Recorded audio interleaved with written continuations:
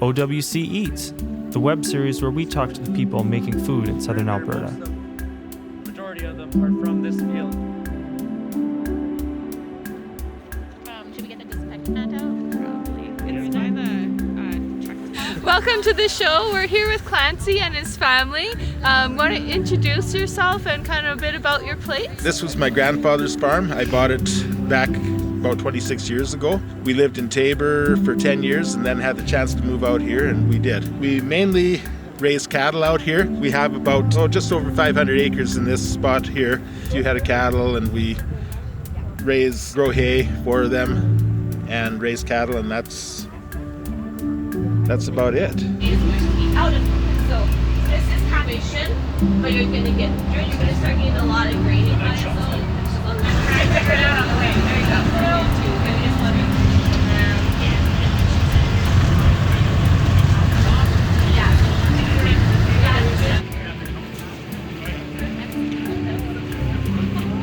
So that one's the tame one.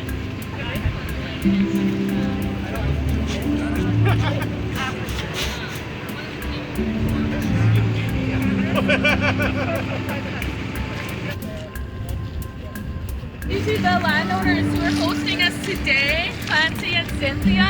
Thank Hello, you everybody. so much for letting us come out and enjoy your beautiful place. Most farms, they calve anywhere from January through to about March, April. We calved in July and August because I was working off the farm. And being a mechanic, I just couldn't I couldn't be looking after cattle and mechanic heaters in the winter at the same time. That was the busiest time. It's worked out well for us. We don't have any problems with frozen ears or scours or anything like that. The calves are born up to the pasture. Most of the time they're very healthy. We don't have scours, we don't have pneumonia, we don't have all the problems that are associated with cold weather calving. My kids, it's good to get down to their level. So instead of like standing up at your regular height, shooting down at them, that's a good effect for some things. But I like to get down to kind of their eye level, and it makes a more interesting photo because you're looking big on them. I figured it out. I was like, that's it. Never need to change the settings. There we go. That's how it works. I want to cast so bad. Yeah, my parents told me. He lives in my parents' house. This is their healthy average weight. Really? But it is really easy I thought to. pigs got really big. Well, they can. It is really easy to overfeed them. Yeah.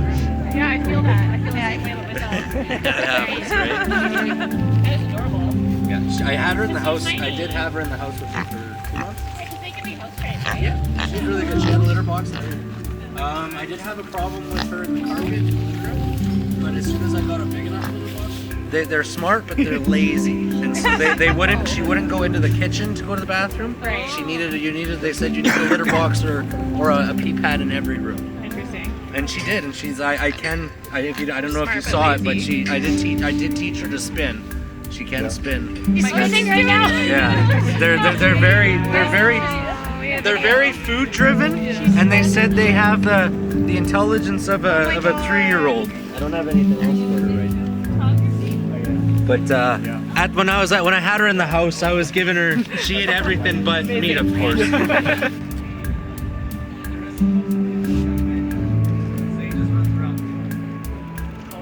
The goat was in the house for a little bit too, but it wasn't as trainable. I don't think What are we we gonna won't eat? eat goat. We won't eat We won't goat. eat him. But the potbellies we have sold for meat. Other people have eaten them. We have not. Yes. I don't think I want to eat potbelly.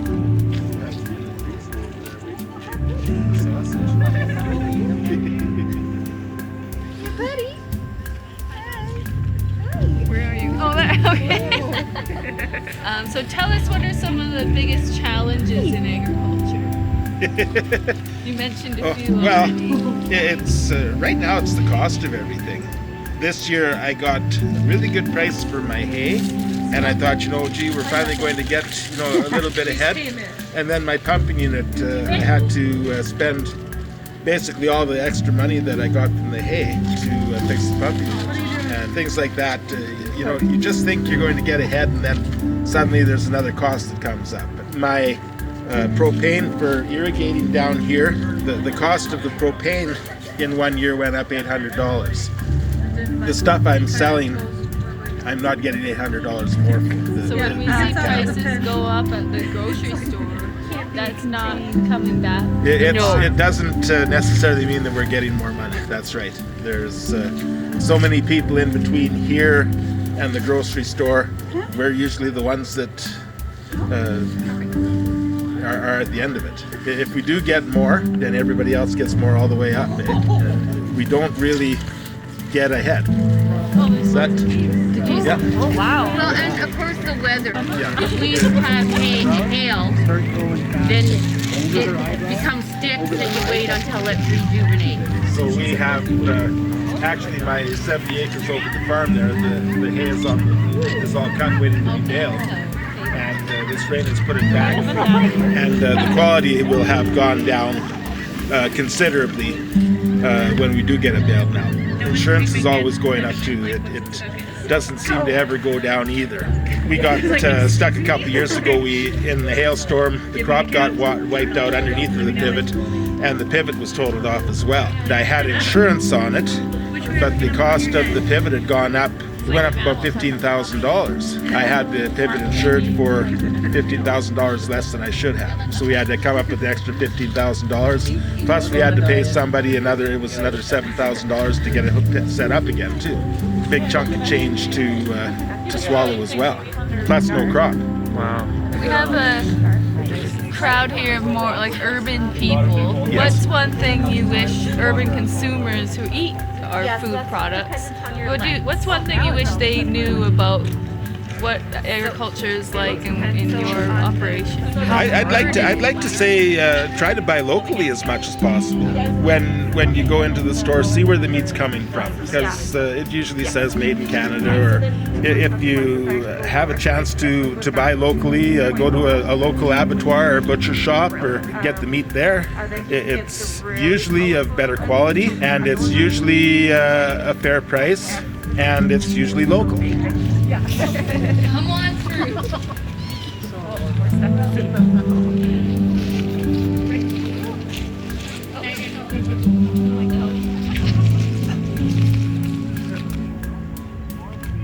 Even when they're out in the pasture, the river is all fenced off. Come in and drink from an automatic water that's out in the front. So they stay out of the river. They're not contaminating the river for the most part. They're not knocking down the banks on the river as well. Trying to protect the riparian area, which is closest to the river banks. It's where a lot of filtration goes on through the higher grass and everything. We do let the cattle in. They were let in about a month ago, I guess, about the middle of September, and that's just to eat all of the brush down and get it so that it's not a fire hazard. By that time, the vegetation that is there has grown, and it's already starting to get ready for winter and that, and they're not damaging it as it's trying to grow. Don't put them in the winter, like in the spring when things are actively growing, and we keep them out until the fall. It's all well water. They don't drink out of the river. We drink the same water. Yeah, we drink the same water. Different places. So that's where you get the cow and the coolies and the focus. You're going to want to put your aperture number to a higher number here, because it's kind of dark out with the clouds, and you don't want your shutter speed to be too slow, so you might need to turn your ISO up instead. Just for example, right now I'm using 800 ISO. I might go up to 1600 here. That's kind of like my starting point on a really cloudy day like this. Shooting straight here, this is kind of boring, but if you go by the fence and you can get some of that grass in the foreground, it just makes a more interesting photo. Always think of how you can have different layers in your photo. It just makes it more interesting, in my opinion. My place is boring. That's what I got from that. Yeah, so this is the field that's off of it. We did 3 this year. We kept the first 2. In the bale area, when we go there, all the bales that are in there, most of them, the majority of them are from this field. The wheels there, that's what we use to irrigate. And there's 2 sets, there's another one further, and we'll burn them both this way, burn them back, and then do it again. During the winter, the cows are in here. When do you typically get the first cut, and like how far in between cuts? Usually around the 1st of July. Beginning of July, we'll take the first cut. Most of the time we'll have irrigated before we cut. Sometimes if it's a really wet spring or whatever, we won't. Usually we're irrigating before then. Around the beginning of July, the alfalfa is starting to bloom and it's time to cut it. This year it was about a month. It was probably about 35, 40 days. So we had the bales off, we were irrigating again, and we cut it again. Yeah, it was about the first week in August there, eh? As soon as the hay's off again, irrigating again. And why do you irrigate? So it will grow. This year was really dry. We don't get enough rain around here. We wouldn't be able to get 3 cuts off of this if we weren't irrigating. We'd be lucky if we got 1. The best we've pulled off of here is about 118 round bales, about 1,100 pounds. There was a few years where we weren't irrigating and we only pulled off 25 or 30. And that's, we weren't able to get the water here at the time. And then our third cut, we usually don't do the third cut. We normally use a round baler, and we've tried to bale with the round baler before our third cut, and it's too fine, and it wrecks the belt, it wrecks the baler, and you lose a lot of the hay. This year when we cut it, there was actually quite a bit. I had a neighbor that wanted it. He came down with a round baler, and they raked it into bigger windrows, and then they baled it, and then they put the white, they look like marshmallows, giant marshmallows, and he went and wrapped the bales, and they took it, and he's going to feed it to his sheep this winter. And the nice thing about wrapping the bales is that he was able to bale it at a higher percent of moisture. Normally if you bale and the hay is wet, it'll get moldy, it can heat, it can actually start a fire. Because just with these, they're almost like a silage bale. They wrap it and they seal all of it's sealed so the air can't get in. They don't mold, and they last a lot better. And they're able to bale them at a far higher moisture content. We try to stay under 20%. It's usually between 15 and 20% moisture. The bales that he was taking off, they were 35% moisture. Can you test how much moisture it has? We have probes. We'll tell you how hot the bale is as well. If you stick it in the bale and it's 120 degrees, you know that it's probably getting moldy. This year we did go and fertilize the alfalfa over at our other place, and we were able to use liquid fertilizer, and we were able to put it through the pivot along with the irrigation. That way we didn't have to drive in the field. We weren't compacting the soil any more than we had to for cutting and baling. And the pivot's going round and round anyway. Might as well take advantage of it and do it that way.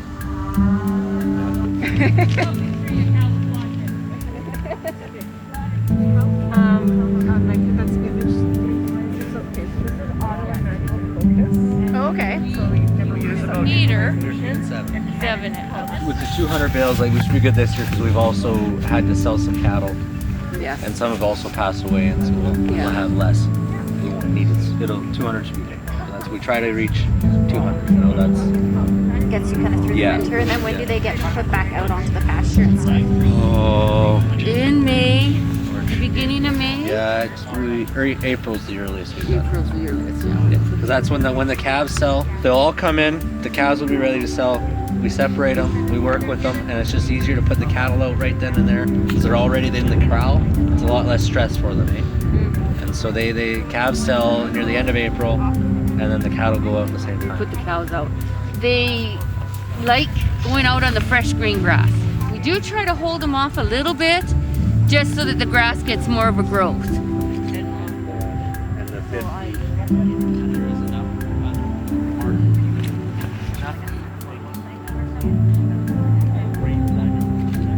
Here when it flooded. The river got higher. Actually, it only came to the. It came to the top bank. Yeah, it banked. It was interesting. I'd say it doubled. And we did get evacuated. Yeah. The county contacted us and said, "You gotta go." And I said, "You're kidding? No way." Oh yeah, it's gonna flood. You gotta go. And we almost felt like taking our lawn chairs and sitting out there and just watching it. It would have came up probably to about that old fence there. Never really got any higher than that. On the other side where the cows are over there, that would have all been underwater. It got wet to those fence posts down at that corner. Yeah. Yeah, right that at was that it. gate is how It never far it came up got. above that. Did you notice any difference with having the riparian fence in or not? It hasn't been as much in the last few years since we did have it fenced off. Maybe we could come plant some willows. Perhaps you could. Just saying that to Shannon. I was gonna say that to Katie. I was like, this seems like a good place to go willow staking. We love planting willows. So These shouldn't be. They shouldn't be any more than 60 pounds. These ones. It's not a big round. Yeah. Phil, even those look heavy.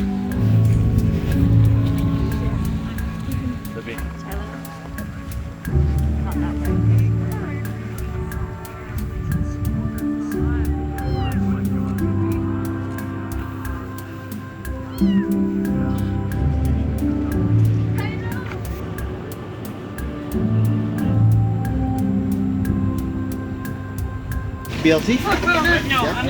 What's the other choices actually? We have a veggie sandwich and pasta salad. It's kind of a free-for-all.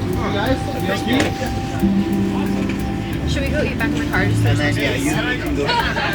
No pulling.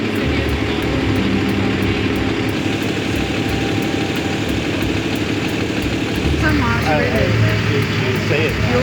It's very hard work. I hope more people appreciate it.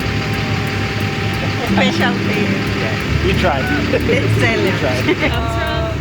You come out from the street. I haven't seen her in a while though. I have a big one like this. Fluffy. Down.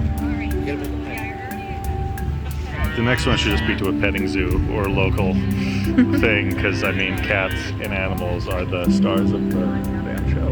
Absolutely. Goaty, goat, goat. Here, goat. Ended up getting that other horse as well.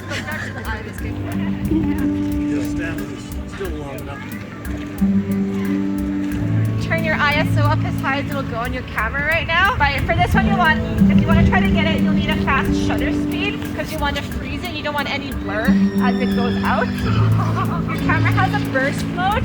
That will make it easier for you so you don't have to time it exactly. So then if you have a fast shutter speed and you take it on burst, it's going to take a button. It'll take photos as long as you hold your shutter down and you'll get a bunch. You're looking for a cat, Calvin.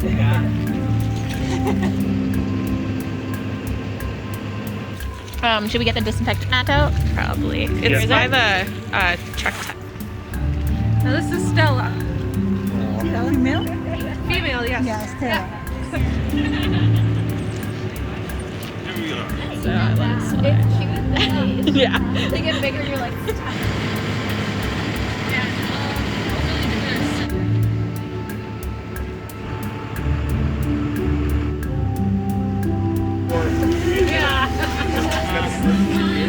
So we just want to say thank you so much to Clancy, Cynthia, and Calvin for having us out today to their beautiful place. It was a lot of fun.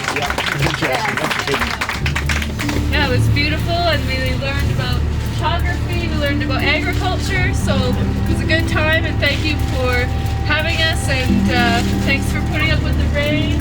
I have no choice in that. Hope you had a great time. Thank you so much. Yay! Yeah, my t-shirt's just about worn out. Actually, my wife keeps throwing it away, and I keep bringing it back. I have put it in the rag bag and he pulls it out. We definitely have more tea. You guys drive safe. Have a good evening, eh? Yeah, thank you. I'm glad you all could enjoy our farm. Yeah, great. Thanks for having us. You're very welcome. I will take that potbelly pig. Oh, did you get the kitten? I'm gonna breed. Thanks for joining us today. We'll see you next time.